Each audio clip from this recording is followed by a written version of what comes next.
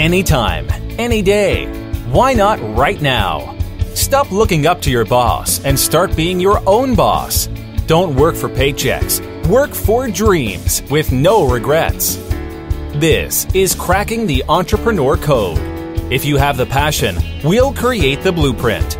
Now, your host. You know him from his 7 tips to build the business you always wanted, and now you're about to hear a lot more. Jack H.M. Wong. Hey, welcome, and welcome to another episode of Cracking the Entrepreneur Code podcast. I'm your host, Jack Wong. Today, I'd like to invite one of the very, very successful and experienced podcaster to be on my show, and his name is Steve Lubetkin. Steve's been doing podcasting for many, many years. Could you tell us a little bit about your podcasting background? Sure. I actually like to say to people that I began podcasting as a teenager more than 40 years ago, and we just didn't know that it was called podcasting back then. Right. When I was about 15 or 16, I had the opportunity to visit a radio station where they trained people to be DJs on Armed Forces Radio, the U.S. military radio network. Right. My father worked at the military base where that studio was, and he got me in for an afternoon. And when I came home, I was completely hooked on being on the radio. Okay. And I set up a pretend radio station in my parents' basement. That involved a turntable, a microphone, and a reel-to-reel magnetic tape recorder. Right. Because that was back in the analog days before we had digital. Yep. And I made pretend radio shows. And then, the only thing you could do at that point was turn the tape on and listen to it. And I used to listen to it with my best friend while we played chess. Mm-hmm. And so you flash forward a number of years. I got into college, and the first stop I made when I got on campus was the college radio station. Mm-hmm. And I spent 4 very enjoyable years being a DJ on the college station. That led to a job in commercial radio, which I spent about 5 years doing news announcing and production engineering, and eventually ended up in the corporate public relations world for about 30 years. And when I left that career about 13 years ago, I was looking for something else to do things differently. And it was actually my wife who had heard a feature on National Public Radio, the radio network here in the States, about podcasting. And this was very early on. This was around 2004, 2005 timeframe. And she said, with your radio background, you should really be doing podcasting. And I listened to the story, and I listened to some podcasts, and I said, oh my God, these people are making essentially the same pretend radio shows that I used to make in my parents' basement. And now here we are distributing them over the internet. What a great idea. It's a very interesting story because in the previous episodes, when I interviewed certain guests, they started their entrepreneurship journey partly because they have been doing what they have been doing in the early days in the corporate world. So to transition from a corporate world experience to what you're doing right now, there's actually, to me, you still have the same kind of passion and the interest of doing what you're doing. It's just that it is a different environment, or maybe a different setting or different medium, and you are still doing what you love. So to me, it is a very fantastic thing. I would like to actually ask one thing, because in your bio, I saw a particular sentence that I do not know the significance of that. Maybe you can enlighten. You said that you have included an email address on your business card since 1988. That caught my attention. So what is the significance of this point? Well, making that point, it has a lot to do with one of the conventional wisdoms that I frequently hear expressed about technology, and one that I think is very wrong, and that is you can't get baby boomers involved with technologically sophisticated things because baby boomers don't understand technology the way millennials do. Yes. And I use this as a proof point that, we boomers have been involved in technology for quite a long time. I was working for Unisys, the high-tech company here in the United States and around the world, and went to a conference where I met someone who was editing a technology publication, and he handed me his business card, and it had an email address on it. And I thought, wow, that is really cool. Okay. And I came home and ordered new business cards with my email address on it. And that was 1988. Even earlier than that, one of the other things I always mention in my bio as well is when I was a journalist, I was a print and broadcast journalist. The newspaper that I worked for owned the radio station that I worked for, and they started sending me to cover rock concerts. And one of the rock concerts they sent me to was one of the last of the very big arena-style rock concerts of the Woodstock era, where hundreds of thousands of people went to a single concert. It was a Grateful Dead concert that was held here in New Jersey, and there were about 110,000 people at the concert. It was held outdoors at a stock car raceway. And they sent me from the newspaper with another reporter, and they had us carry what today you would describe as a luggable portable computer. It was actually a data terminal. And they had us file our stories about the concert from the concert using that portable computer, which weighed about 60 pounds. And we were brought into the concert area by helicopter because the roads were jammed. And when we landed, we had to find a place to plug in the AC power. And also it had to be near a telephone because you're talking about 1977. There was no internet. There was no Wi-Fi. Nope. The only way we could transmit the story would be to put it over the phone using an acoustic modem, the suction couplers that were available then. And we managed to do it. And as far as I can tell, it was the first time a portable computer of any kind was ever used to cover a Grateful Dead concert. So my point there is you can't make generalizations about us boomers. We are tech savvy. And we also have some other experience that can come in handy when people are trying to communicate effectively and don't want to make mistakes. It's helpful to have people who not only understand the technology, but also understand what could go wrong if you don't phrase things properly, if you don't do things the right way in a business sense. So, we think we have a lot to offer, and still, and doing it from a consulting perspective rather than as a staff employee in a corporate setting has been a very rewarding kind of experience for me. That's a very good point, because what I'm hearing is that we shouldn't generalize or make general statement about what the millennials can do and the baby boomers can't do it, because I do know a lot of baby boomers like us. I mean, I consider myself baby boomer as well. We are quite tech savvy to a certain extent. It's like I do know quite a lot of tech stuff, if you like. And I remember I stumbled upon internet not as early as you. I started my internet journey in 1995. Well, emails was popular then, but other than this, no Wi-Fi. We used the modem. You remember those days, the modem, ding, ding, ding, ding, ding. It's like very, very slow today, according to today's standard. But there was our fantasy world at that time. Wow, we can connect with different parts of the world by simply using one device. So, I mean, to me, it's like I keep on learning the new technologies every single day to catch up, because there's so much to learn. And I was wondering, like, you are one of the few examples of entrepreneurs who actually believe so much, and actually you practice it as well on podcasting. Because my take is that as we talked before the interview, I will share with you the fact that a lot of entrepreneurs do not know how to broadcast the message beyond their country, beyond their jurisdiction. So podcasting seems to be a very good medium, if you like. So can you let us know, like, what are some of the key benefits of using podcasting so that the entrepreneurs are able to reach out to more audiences?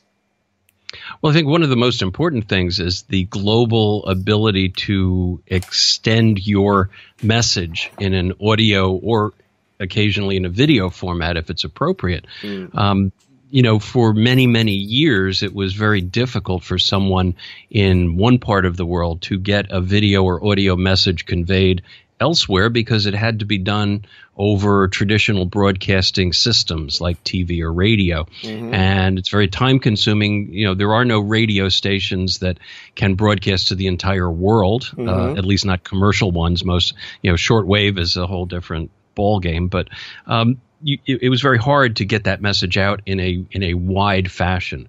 With podcasting, you can produce what is essentially a radio show, and it can take many different forms.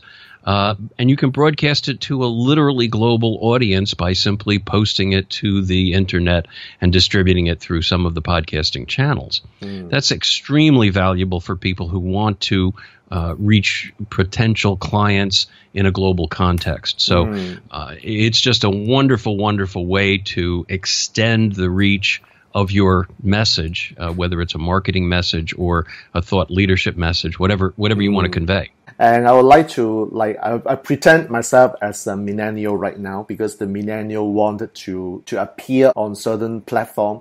And the objection basically to me from my experience is that, Steve, sounds nice, all this podcasting stuff. My voice can be heard in different parts of the world via podcasting. But everyone is talking about using videos. How do you handle that kind of objection about video marketing versus podcasting? Well, I think the two formats are for very different purposes. And I think one of the problems today is that people who have a business-to-business message that is maybe not terribly visual are forcing themselves into a visual medium, even though that's not the most appropriate way to deliver the message. So if you just have two people talking about a business topic for 20 minutes, and it's just those two people sitting at a table talking, it's not terribly valuable to the audience to watch the two talking heads, as we call it in the video business. If you have something visual to show people, like a manufacturing process or an event that's taking place at a location that people wouldn't otherwise see, where you can show video images of something interesting, that's a different story. But for most of the business kinds of interviews and conversations, audio works perfectly fine. And for portability's sake, it's a lot easier for people to take with them an audio podcast. They can listen to it while they're driving. They can listen to it when they're on a treadmill at the gym. Good point. They can stop it and go back to it. Video tends to require a lot more of our attention. You have to be looking at the screen.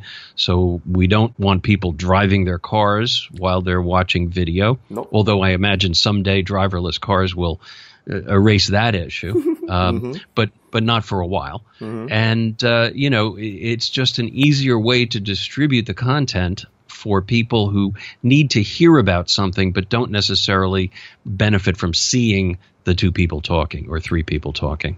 Right. And thank you for that, because the way I handle objection is partly based on what you have just mentioned. If you are driving, obviously you cannot watch a video, otherwise it's against the law in the first place. Also, in the Singapore context, in order to have access to video, we need data. And data charges are not cheap. I can't possibly turn on a video using my own data charges. That would my telephone bill would be very, very expensive. But for audio casts or podcasts, it's a lot accessible, easier, and more affordable. So that is the way I handle people's objection about podcasting versus video marketing. The other thing about podcasting is some people said to me, yesterday I just happened to speak to another entrepreneur, and he is asking how do I do my podcast? And I said, it's very easy. You just plug to the phone and then you can just talk. I mean, there's nothing fancy. There's not much technology required. So in your opinion, how easy for someone to become a podcaster? What sorts of equipment, what sorts of infrastructure the person must have for the person to start being a podcaster? Well, I know there are many, many people who are doing podcasting with very simple equipment, and that's what's great about it. As you said, you can use a phone. There are a number of programs that use a telephone conference calling service to simply get people on the phone and record, and then the recording of that phone call becomes the podcast. So you can do it that way. When I started doing podcasts, when I started listening to what other people were doing, I realized that this was a very, very valuable way for companies to communicate about their expertise to prospective clients. But I felt very strongly that that in order for it to be embraced by larger companies, it would have to sound very professional. It would have to sound almost as if it had been produced by professional broadcasters. And so from my perspective, I decided I needed to make an investment in broadcast quality digital recording equipment, high quality microphones, professional software, professional mixers, and the like. And frankly, that's how I got to the point of being a professional podcast producer rather than a podcast host. I do have a couple of podcasts that I produce for my own fun and games, if you will. I do some interview podcasts, but that's not my primary focus for podcasting. My primary focus is helping other people produce podcasts. I see. You are not just a podcast host. You are actually, like the coaching where we say, you are not the coach, but you are the coach of the coaches. You can say that. We do some training of podcasters, but primarily what we do is typically in companies, what happens with things like podcasting or video is companies are always reluctant to hire someone to do these things and have it be their primary job. So what typically happens is they will assign someone to do it who's willing to do it and enthusiastic about doing it. And that usually tends to be someone who's in the IT department. And they'll put their hand up and say, yeah, I want to learn new technology. I want to learn how to run a video camera or a digital recorder and produce podcasts. And they'll go around and they'll do all of the initial gathering of video clips or interviewing people and so forth. But when they get back to their desks and they're ready to sit down and do the editing that's involved, all of a sudden somebody says, hey, you have to go and put a new mouse on the vice president's computer, or this vice president has a problem with Windows. It has to be upgraded. And they have to go back to their regular duties. And so the video camera or the audio recorder goes into the drawer of their desk, and other things take priority. So what happens is companies that want to get podcasts produced and out the door have found it a preferable approach to hire people like me to come in and help them produce the podcast. And so with the combination of corporate communications and public relations experience where I can understand how to use the podcast for their business purposes, I also have the technological side of it, of how to actually record the interviews and then do the editing and post-production to get them into a finished form. And then distribute them to the people they want them to reach. And for a lot of companies, that turns out to be a very productive way of doing it. I'm happy to say that's what's kept me in business for 13 years. Yeah, that's right. Because you serve a very specific market. And to me, it is important for entrepreneurs always to know what are the target audiences they are serving. So once you know who they are, what they want, you are basically providing a solution to them and serve them accordingly. So this is what entrepreneurship is all about. I mean, for me, I started my podcasting journey. I mean, I'm very transparent here. I have only less than 1 year of experience. But my point to a lot of entrepreneurs is that, well, podcasting is not really that difficult to start. Of course, yes, to reach a certain stage or my next level, like doing what you're doing, that will require some time. We can't use that as an excuse from saying that I must reach that professionalism level before I start my first episode. That would mean that the person would never, ever take any action. No, that's exactly right. Yeah. I mean, you have to start somewhere, and we're all learning along the way because podcasting is still a relatively new art form, and there are going to be many millions of ways for people to approach podcasting. That's what makes it so creative and so much fun. Right. Steve, in your 13 years of podcasting journey, what are some of the key takeaways you can share with our audiences? Oh my gosh, sure. Yeah. I think the biggest one, the most important one for me has always been to not invest too much money in fancy equipment before you need it.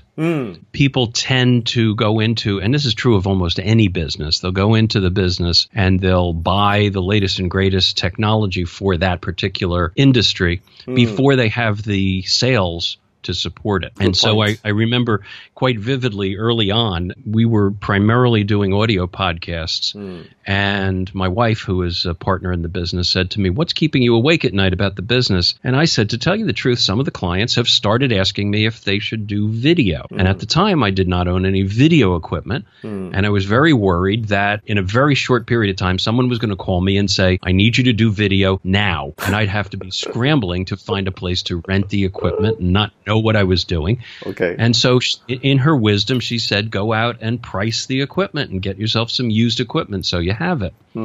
So actually what ended up happening was I had a friend who had a side business of his own. He was an entrepreneur, and he had a business shooting videos of weddings and other family events, but he was retiring. And so I said to him, when you retire, what are you going to do with your cameras? And he said, well, I'm thinking of selling them. Would you like to buy them? And I said, I'll be over tonight. And I literally bought his cameras and all of his gear and crossed my fingers, because it was the first time I had made that kind of an investment without knowing where it was going to end up. And I was fortunate. It was the right thing to do, because within a couple of weeks, I got the job of shooting a video that paid for the equipment. When I said, okay, the equipment is now paid for, now everything I do from there on is going to be gravy.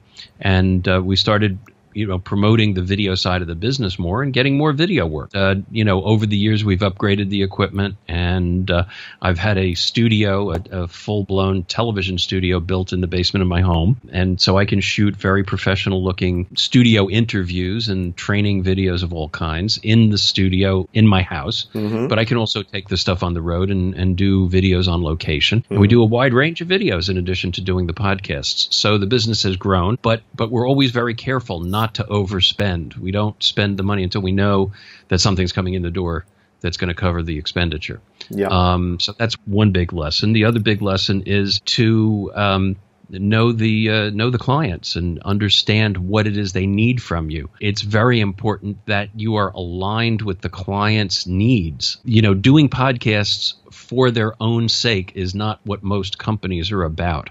If they do a podcast or a video, it has to have some impact on moving the needle on people's behavior with regard to the products and services that company sells. And so you always have to keep that in the back of your mind. How is this going to help them produce it in a way that it's valuable to their prospective clients and ultimately helps them move the needle on selling product?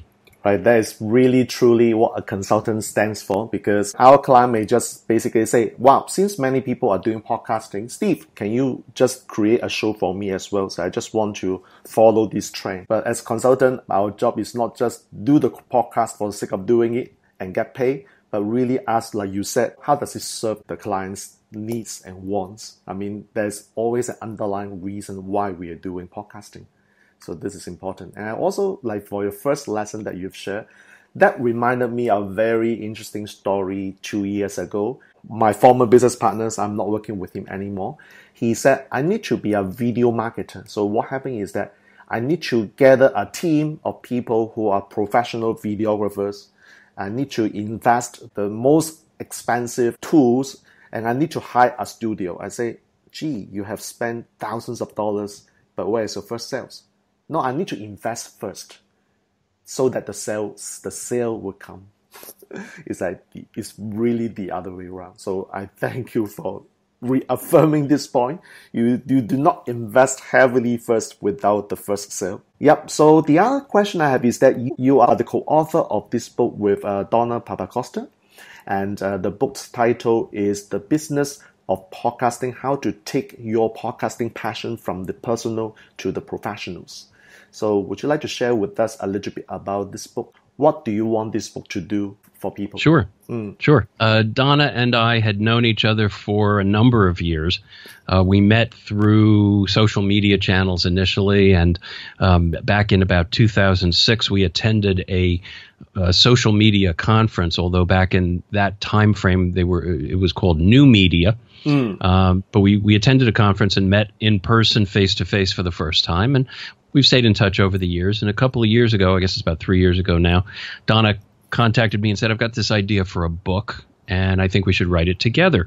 Both of us had become podcast producers as part of our consulting services. Both of us produce podcasts primarily for other people, for money. And we had both independently tried all of the other things that people think about in podcasting. There's a vast number of people who believe that they can become podcasting celebrities by doing a very clever podcast and promoting it, and someday they will get commercial advertising revenue for their podcast that will make them, if not wealthy, will be making them comfortable. And some people do get some advertising revenue. The reality for the vast majority of podcasters is the model that advertisers use to pay for advertising doesn't really embrace most podcasts, which have small audiences, because it's based on the traditional broadcasting advertising model of what's called CPM, or cost per thousand. And if you don't have thousands of listeners to your podcast, advertisers are not interested in advertising on your program. Sure. However, for a business-oriented podcast that's produced for a company, the audience may be very small for that information, but it may be very valuable to the company to produce it anyway. And that's why both of us got into the business of producing podcasts for other people. What I found, Donna to a lesser extent, because in addition to producing podcasts, she also does a lot of seminars and trains people how to be podcasters. But what I had found was it was very difficult to find podcasters among the podcasters I already knew who had the appropriate gear where I could give them a job and send them out to record a podcast. Most podcasters have a microphone that only plugs into the USB port on their computer.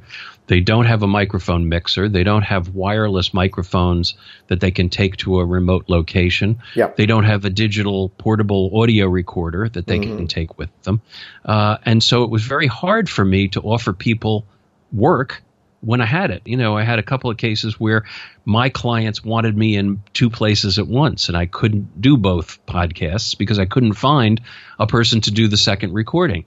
And so from my perspective, I thought, and Donna too, we thought people were missing the opportunity in podcasting, which is to produce podcasts, use your skills as a podcaster to produce the programs for other people and charge them a fee for doing those productions. And so the book is not about the things you expect a podcasting book to be about. It's about how to work with the corporate law department when lawyers have to review a podcast, how to work with corporations that want to have a team of people involved in it. Most podcasters are accustomed to just pushing the record button and talking.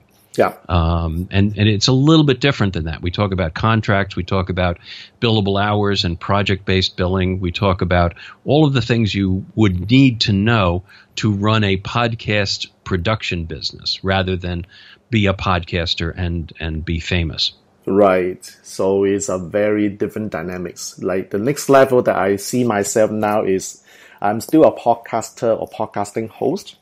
And the next level I can see myself is providing podcast consulting work, actually doing work for corporations. Like, is it very popular? Like, what's the demand like in North America for this type of services? Well, I think it's really funny because it's been growing even more today than it was in the early years.